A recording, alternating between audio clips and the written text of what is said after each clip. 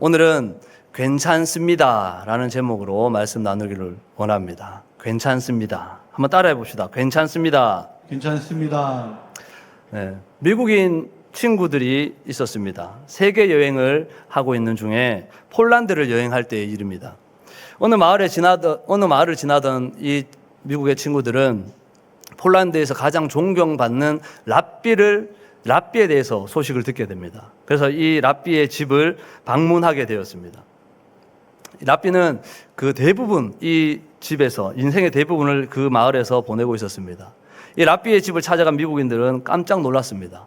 엄청나게 유명한 분인데 그의 집은 너무 초라했습니다.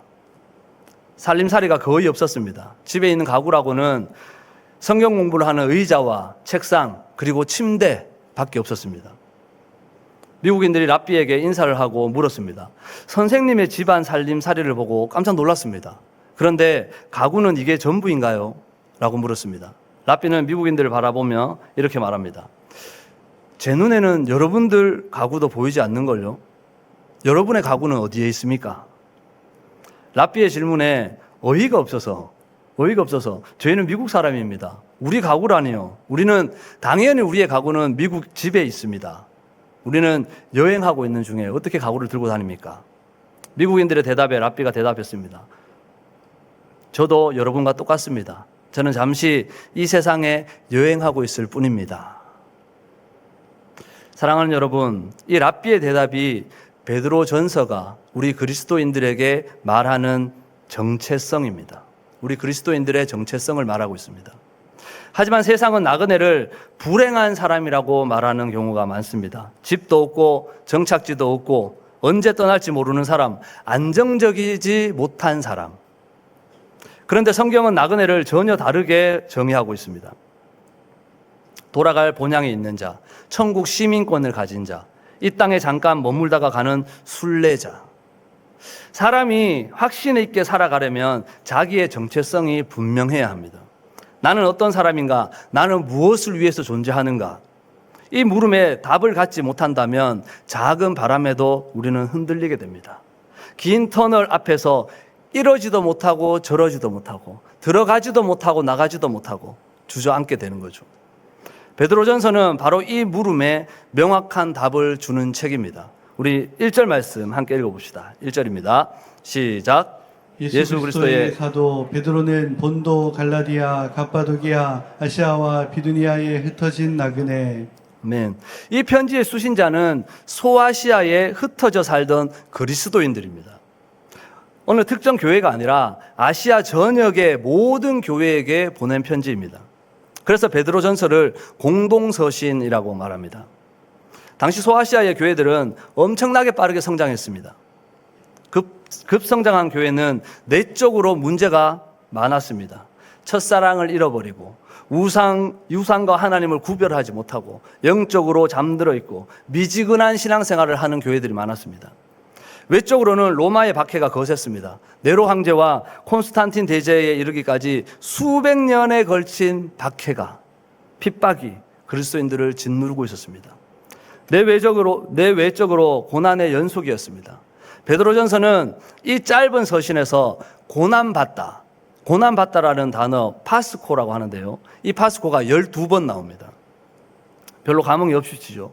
12번은 대단한 겁니다. 왜냐하면 이 파스코는 베드로전서를 제외한 나머지 모든 서신서 전체를 통틀어서 11번 나옵니다.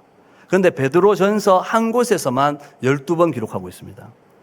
파스코가 베드로전서에서 얼마나 중요한 주제임을 알 수 있는 것입니다. 베드로가 소아시아 교회에 하고 싶었던 말, 그것은 고난에 대한 얘기였습니다. 베드로는 이 고난 속에서 신음하는 성도들에게 너희는 나그네이다 라고 말합니다. 너희는 나그네다. 이 말은요, 위로입니까? 아니면 또 다른 고통을 말하는 것입니까? 베드로는 고난받는 성도들에게 불쌍한 사람들이라고 말하지 않습니다. 뭐라고 합니까? 행복한 나그네라고 부르고 있습니다. 오늘 말씀을 통해서 나그네로 살아가는 우리가 어떻게 이 세상을 행복하게 살아갈 수 있는지, 나그네로서 어떻게 행복하게 살아갈 수 있는지 함께 살펴보도록 하겠습니다. 먼저 확신하며 살아야 합니다. 함께 선포해 봅시다. 확신하며 살자. 확신하며 살자. 우리 2절 말씀 함께 봅시다. 2절입니다. 시작. 곧 하나님 아버지의 미리 하심을 따라 성령이 거룩하게 하심으로 순종함과 예수 그리스도의 핏부름을 얻기 위하여 택하심을 받은 자들에게 편지하노니 은혜와 평강이 너에게 더욱 많을지어다. 아멘. 하나님 아버지의 미리 아심을 따라 택함 받은 자들. 하나님은요, 창세전부터 우리를 알고 계셨습니다. 그리고 우리를 선택하셨습니다. 믿으십니까? 사랑하는 여러분, 하나님은 이미 나의 모든 것을 알고 계십니다. 요한복음의 나다나엘 이야기 기억하실 겁니다. 나다나엘, 바돌로메라고도 하죠. 빌립이 예수님에게 바돌로메를 데려왔을 때 아주 유명한 말을 이 바돌로메가 남깁니다. 뭐라고 합니까?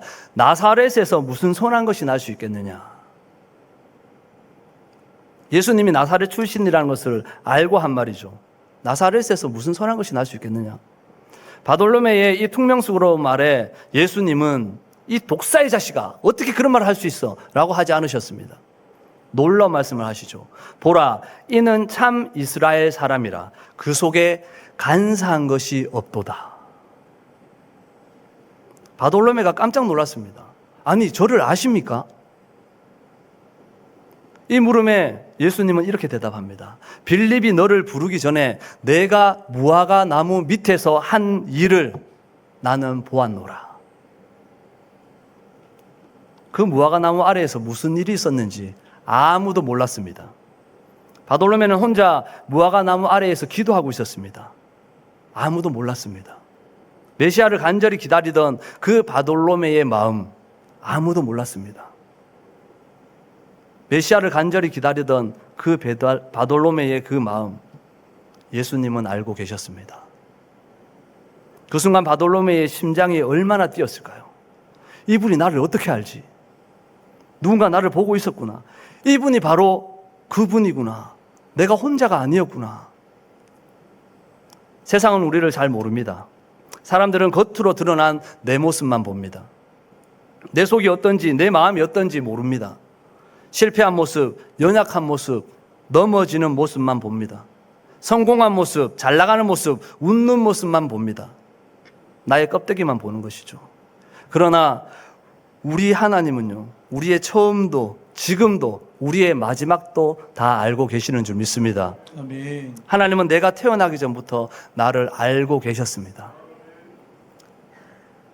세상 모든 사람들이 등을 돌려도 천만인이 둘러진치고 나를 해치려고 해도 하나님은 단 한 번도 나에게서 등을 돌리지 않으셨습니다.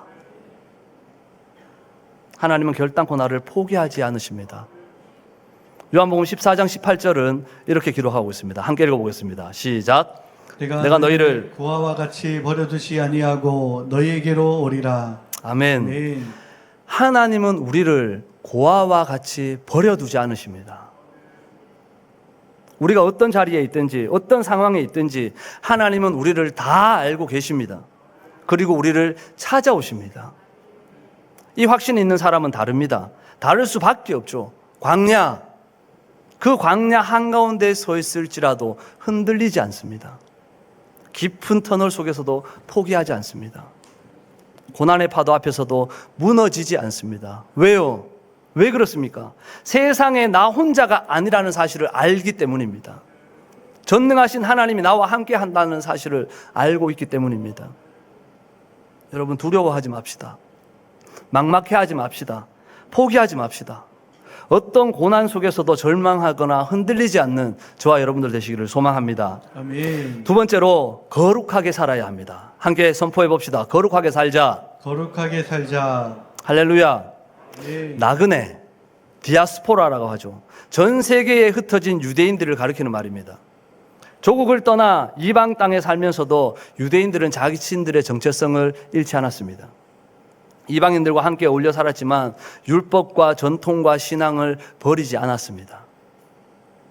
베드로가 박해받는 성도들을 향해서 디아스포라라고 부른 이유가 있습니다. 너희들도 그들처럼 살아라. 세상 속에 같이 살고 있지만 세상에 속하지 않은 자로 살아라. 이게 무슨 말일까요? 세상 사람들과 똑같이 살아가는데 그들 속에 속해서 살지 마라.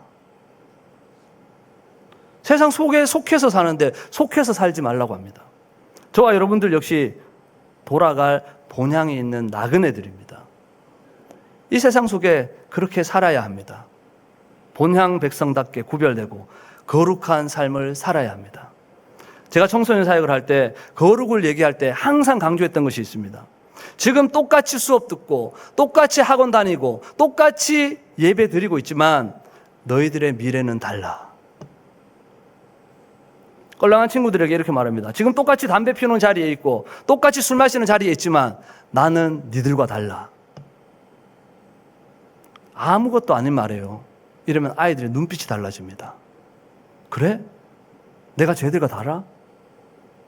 마치 자기가 뭔가 된 것처럼, 마치 특별한 사람인 것처럼. 맞습니다, 여러분. 우리는 특별한 존재입니다. 지금 우리들에게도 똑같이 적용됩니다. 직장에서, 사업체에서, 세상 속에서 세상 사람들과 똑같이 살아가고 똑같이 돈 벌고 있지 않습니까? 하지만 우리는 다짐하고 고백해야 됩니다. 내가 돈을 버는 이유는 니들과 달라. 할렐루야. 내가 공부하는 이유는 니들과 달라. 그런데 한 가지 꼭 짚고 넘어가야 할 것이 있습니다. 많은 그리스도인들이 이런 질문을 합니다. 하나님이 우리와 함께 계신다는데 왜 고난이 있습니까? 그리스도인이 왜 이렇게 힘들게 삽니까? 정답은요, 너무 간단하고 너무 분명합니다. 하나님은 우리가 행복하게 사는 것보다, 우리가 여유롭게 사는 것보다 거룩하게 사는 것을 원하십니다. 아멘. 이거 어디 적으셔야 됩니다. 하나님이 우리가 이 땅 가운데서 여유롭게 행복하게 사는 것을 원하시는 게 아니라 거룩하게 사는 것을 원하신다는 겁니다.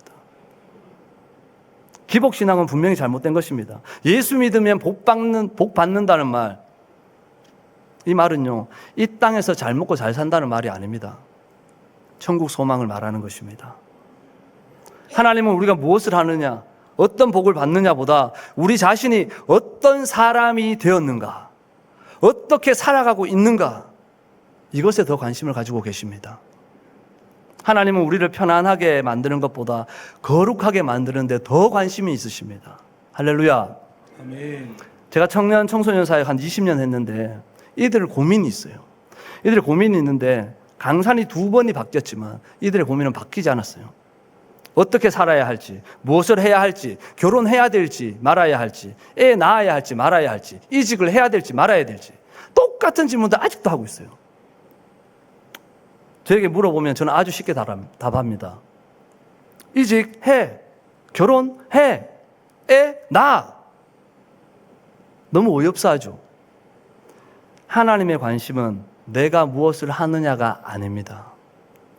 하나님은 어떻게 하느냐에 관심이 있으십니다. 즉 하나님의 관심은 오직 나에게 집중되어 있습니다. 내가 결혼을 하느냐 안 하느냐, 내가 직장생활을 하느냐 안 하느냐, 내가 어디에 서 있느냐, 하나님은 어디에 있든지, 내가 어디에서 무엇을 하든지 내가 하나님을 바라보고 있는지, 그것이 하나님의 관심사입니다. 그래서 때로는 기도보다 응답이 늦고 축복보다 연단이 먼저 오고 형통보다 눈물이 먼저 옵니다. 그러나 그 눈물은 우리를 버리는 눈물이 아니라 우리를 빚으시는 눈물인 줄로 믿습니다. 아멘. 히브리서 11장 13절 14절 말씀 함께 읽어보겠습니다. 시작. 이 사람들은 다 믿음에 따라 죽었으며 약속을 받지 못하였으되 그것들을 멀리서 보고 환영하며 또 땅에서는 외국인과 나그네임을 증언하였으니 그들이 이같이 말하는 것은 자기들이 본향 찾는 자임을 나타냄이라. 아멘. 아멘. 믿음의 선조들은요, 약속을 받지 못했습니다. 이 땅에서 평안하지도 못했습니다. 고난 속에 살다가 고난 속에 죽었습니다. 하지만 그들에게는 소망이 있었습니다. 뭡니까? 첫 번째로 멀리서 바라보는 소망이 있었습니다. 두 번째로 여기에 속한 자들이 아니라 본향을 찾는 자라는 소망입니다. 이 고백이 그들을 거룩하게 했습니다. 이 소망이 그들을 끝까지 붙들었습니다. 이 삶이 그들을 포기하지 않게 했습니다. 인간은 참 미련합니다. 편안하면 하나님을 찾지 않습니다. 갈급해하지 않습니다.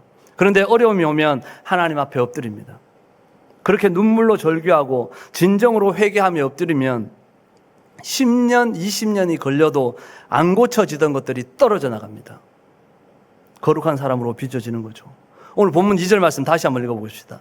2절입니다. 시작. 곧 하나님 아버지의 미리하심을 따라 성령이 거룩하게 하심으로 순종함과 예수 그리스도의 핏부림을 얻기 위하여 택하심을 받은 자들에게 편지하노니 은혜와 평강이 너희에게 더욱 많을지어다. 아멘. 오늘 본문 2절 말씀 안에는 너무나 많은 것들이 함축되어 있습니다. 그래서 2절 말씀으로만 다 풀어도 오늘 설교를 다 할 수 있습니다. 성령이 거룩하게 하심으로. 무슨 말입니까? 거룩함은요, 우리의 노력이 아니라 성령이 거룩하게 하심으로, 성령의 역사하심으로 이루어진다는 말입니다. 거룩함은 내가 애써서 만드는 것이 아닙니다. 사랑하는 여러분, 우리는 넘어집니다. 실패합니다. 낙심합니다. 고난이 저주가 아닌 이유가 바로 여기에 있습니다. 고난은 우리를 거룩하게 만드는 하나님의 도구이기 때문입니다. 성령님은 결단코 우리를 포기하지 않으십니다. 그렇게 우리가 조금씩 예수님을 닮아가도록 이끌어 주시는 줄로 믿습니다. 아멘. 날마다 본향을 사모하고 거룩함을 사모하고 살아가는 저와 여러분들 되시기를 소망합니다. 아멘. 세 번째로 단순하게 살아야 합니다. 한번 선포합시다. 단순하게 살자. 단순하게 살자. 2절 말씀 다시 봅니다. 시작. 곧 하나님 아버지의 미리 하심을 따라 성령이 거룩하게 하심으로 순종함과 예수 그리스도의 핏부림을 얻기 위하여 택하심을 받은 자들에게 편지하노니 은혜와 평강이 너희에게 더욱 많을지어다. 아멘.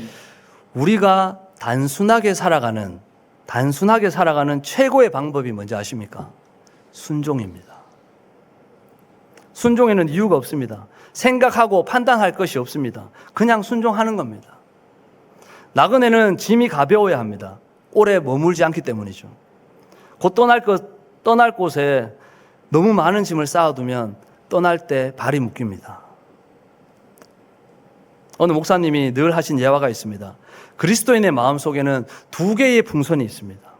하나는 하나님이고 하나는 욕심입니다. 하나님이 커지면 욕심은 줄어듭니다. 욕심이 커지면 하나님은 줄어듭니다. 단순한 삶은 저절로 오지 않습니다. 나 자신의 정체성을 깨달을 때 오는 것입니다. 나는 나그네이다. 곧 떠날 사람이다. 이것을 진정으로 깨닫는 순간 우리의 삶은 단순해지기 시작합니다. 제가 사회인 야구를 했는데 투수였습니다. 공이 빠르지는 않지만 컨트롤이 예술이었습니다. 포수가 밑에를 갖다 대면요, 거의 한 80%는 거기에 던졌어요. 별로 뭐 놀라지 않으신데 우리 프로 투수들도 이렇게 잘하기 힘듭니다. 엄청난 겁니다. 그런데 상대팀에 4번 타자가 나오잖아요. 그러면 제 몸에 힘이 들어가기 시작합니다. 생각이 많아집니다. 직구 던지면 맞을 것 같은데 변하고 던져야 되겠다. 몸쪽으로 던지면 강한 타구가 나올 거야. 공이 높으면 홈런 맞을 것 같아. 이런 생각들이 많아지면요, 되던 것들이 안 됩니다. 몸에 힘이 들어가고요. 우리의 신앙도 마찬가지입니다. 너무 많은 것을 붙들고 너무 많은 것을 걱정하고 너무 복잡하게 생각하면 되던 것도 안 됩니다. 사단이 인류를 향해서 선택한 가장 강력한 전략이 뭔지 아십니까? 바쁘고 복잡한 삶. 기도할 시간 없고 말씀 볼 여유가 없고 하나님을 생각할 틈이 없습니다. 이것이 사단의 전략입니다. 그런데 우리의 신앙이 성숙했다는 증거가 있습니다. 우리의 생각과 행동이 이전보다 더 단순해지는 겁니다. 아브라함을 보십시오. 그는 부자였습니다. 거느리는 사람도 많았습니다. 그런데 아브라함은 일평생 떠돌이 생활을 했습니다. 왜 그랬을까요? 육신의 본향보다 하나님이 예비하신 본향을 더 사모했기 때문입니다. 자신의 생각보다 순종의 삶을 선택했기 때문입니다. 세상의 가치 기준이 아니라 하나님의 뜻에 순응하는 삶을 살았기 때문입니다. 야곱은 130세에 바로 앞에서 이렇게 고백합니다. 창세기 47장 9절 말씀 함께 읽어보겠습니다. 시작. 야곱이 바로에게 아뢰되 내 나그네 길의 세월이 130년이니이다.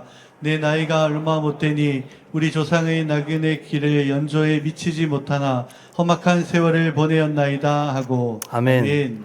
130년. 이 130년의 인생을 나그네의 길이라고 고백하고 있습니다. 험악한 세월이라고 했습니다. 하지만 이 고백은요, 불평이 아니었습니다. 이 고백은 나그네 길이었다라는 것입니다. 나그네에게 험악한 길은 당연한 것이죠. 사랑하는 여러분, 처음 선교 갈 때는 가방에 짐이 너무나 많습니다. 가방이 엄청 큽니다. 뭐가 필요한지 몰라서 다 챙기거든요. 그런데 자주 가다 보면 점점 짐이 줄어듭니다. 왜요? 선교지에서도 빨래할 수 있더라고요. 티셔츠 같은 거 빨아서 입으면 되거든요. 여러분, 요령이 생기는 겁니다. 단순해지게 되는 거죠. 우리가 천국 가는 길도 마찬가지입니다. 필요하지 않은 짐은 내려놓아야 합니다. 그래야 가볍고 편안하게 갈 수 있는 것입니다. 로마서 8장 24절 25절 말씀 함께 보겠습니다. 시작. 우리가 소망으로 구원을 얻었으면 보이는 소망이 아니니 보는 것을 누가 바라리요. 만일 우리가 보지 못하는 것을 바라면 참음으로 기다릴지니라. 아멘. 눈에 보이는 소망은 참 소망이 아닙니다. 보이지 않아도 참고 기다리는 것, 그것이 바로 나그네의 삶입니다. 이것이 바로 그리스도인의 삶인 것입니다. 할렐루야. 말씀을 정리하겠습니다.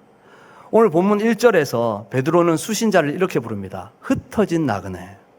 흩어진 나그네. 박해받고 고난받고 이방인 취급받던 사람들, 그들에게 베드로가 붙여준 이름이 나그네입니다. 너희는 흩어진 나그네이다. 서두에 드렸던 질문 기억하십니까? 이것은 위로입니까? 아니면 또 다른 고통입니까? 이것은 분명한 위로입니다. 너희가 힘든 것은 당연해. 나그네는 원래 고달파. 하지만 너희에게는 돌아갈 집이 있잖아. 이것이 베드로의 입술을 통해서 하나님께서 하시는 말씀인 줄로 믿습니다. 아멘. 그리고 2절에서 그 나그네의 정체성을 밝힙니다.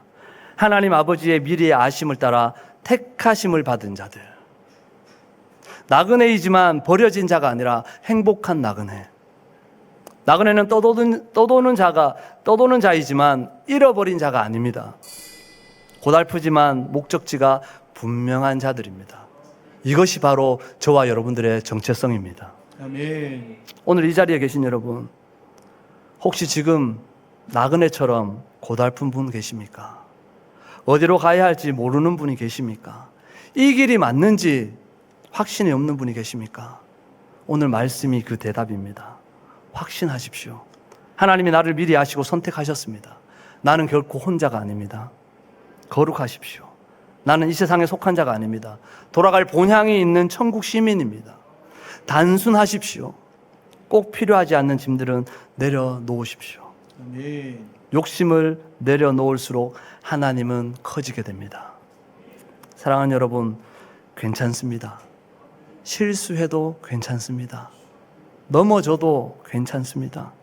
실패해도 괜찮습니다. 낙심해도 괜찮습니다. 저와 여러분은 혼자가 아닙니다. 우리 그리스도인의 삶은 버티는 삶입니다. 견디는 삶입니다.